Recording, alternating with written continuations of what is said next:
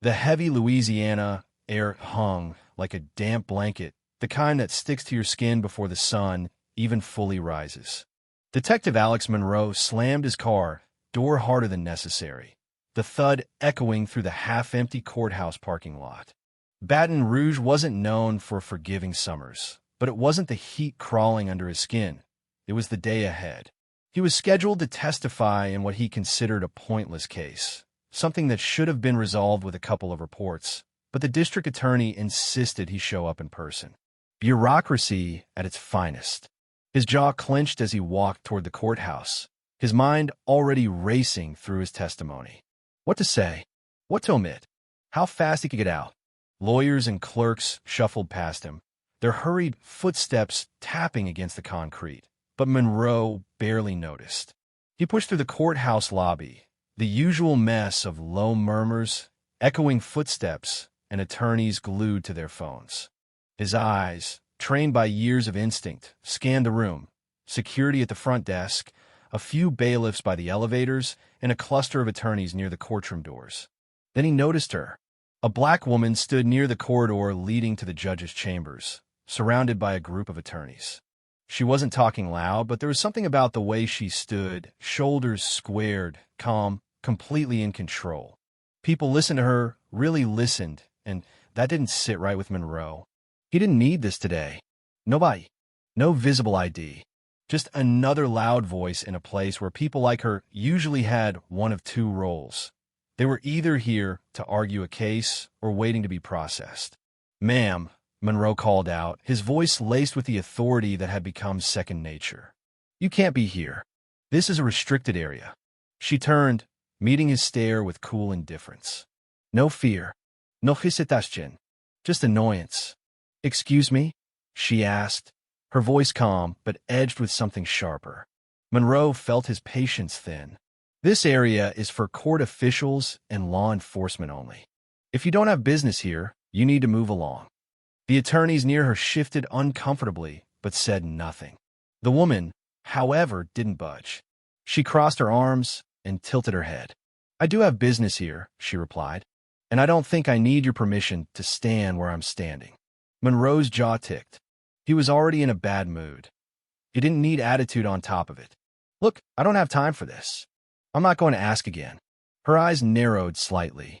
"And I'm not moving." That was it. Monroe stepped forward, his hand hovering near his belt. Not on his weapon, but close enough to send message. "You got ID on you?" She smirked, not an ounce of nervousness in her expression. "Do you?" The air thickened. A couple of the attorneys backed up a step, eyes flicking between them. One young lawyer opened his mouth like he was about to say something, but quickly thought better of it. Monroe's hand shot out, gripping her arm. Not hard, but firm enough to show he meant business. And that's when everything unraveled. "Detective Monroe, stand down." The command cracked through the air like a whip.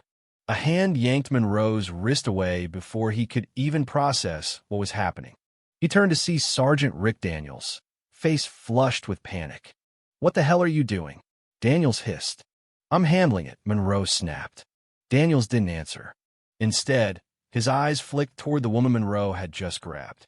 She calmly adjusted her sleeve like nothing had happened, but the entire energy in the room had shifted. Even the walls seemed to hold their breath. "Do you even know who you're talking to?" Daniels whispered urgently. Monroe frowned, frustration boiling. "She's trespassing. That's Chief Morgan." A beat of dead air stretched into an eternity. "Chief who?" Monroe managed. Daniels didn't have to explain. It hit Monroe like a freight train. Chief Vanessa Morgan. The new chief of police. The one he hadn't bothered to read up on, thinking she'd be just another short-term leader passing through. Monroe's heart thudded in his chest as the room's silence grew louder. Chief Morgan finally spoke. "Detective, we'll discuss this in my office." The weight of those words flattened Monroe. He barely registered Daniels' muttering move as he followed Morgan down the hall, every step heavier than the last. Inside the chief's office, the door clicked shut behind them. Morgan didn't sit. She stood behind her desk, arms crossed, her sharp eyes dissecting Monroe like he was nothing more than a poorly written report. Walk me through what just happened, she said. Monroe opened his mouth, but couldn't find the right lie fast enough. I didn't recognize you, he finally admitted. And that justified putting your hands on me? Her voice was calm, but the warning was crystal clear. Monroe shifted uncomfortably. Chief, I don't. She cut him off. I've seen it before. I know exactly what this was. Monroe's throat was dry, his usual confidence crumbling. Chief Morgan moved around the desk. Her presence towering, though she was barely taller than him. This department has been protecting officers like you for far too long, she said. That ends now. Monroe clenched his fists behind his back. He'd been in this game long enough to know how to talk his way out of situations like this. But Morgan wasn't playing the usual game. 17 complaints, she continued, pulling a thin folder from a drawer. 5 excessive force allegations. And that's just the ones we found. Monroe swallowed hard. I do my job, Chief. I do what's necessary. Necessary? She echoed, her eyebrows rising. You think roughing people up, making assumptions, using intimidation, that's necessary? This city isn't soft, he pushed. We deal with real criminals.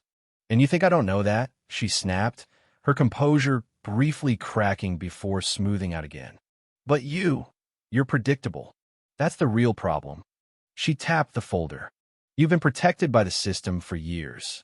But this time, there's no shield. The finality in her voice landed like a hammer. There'll be an investigation, Morgan said. And I suggest you figure out what the hell you're going to say to Internal Affairs. Monroe left the office with his ears ringing. This wasn't a slap on the wrist. This wasn't going to quietly disappear. This was the beginning of the end. In the weeks that followed, the investigation unfolded like a slow-moving wreck. Monroe sat through meetings, internal affairs interviews, cold stares from fellow officers. Every single complaint he thought had been buried resurfaced. In the final hearing, Chief Morgan sat at the head of the table, her expression unreadable. 17 complaints. 5 excessive force allegations. And today, you laid hands on the chief of police. Monroe finally exhaled the breath he'd been holding. I overstepped, he admitted, the words foreign in his mouth. I shouldn't have put my hands on the chief. I made assumptions, and I let my frustration take over. Morgan didn't smile, didn't soften. This is your last chance, she said simply. And believe me, I'll be watching. Monroe left the precinct that day different, stripped down, and for the first time in his career, he didn't know how to fix it. Some men learn accountability the hard way. And for Detective Alex Monroe, that hard way had finally caught up to him.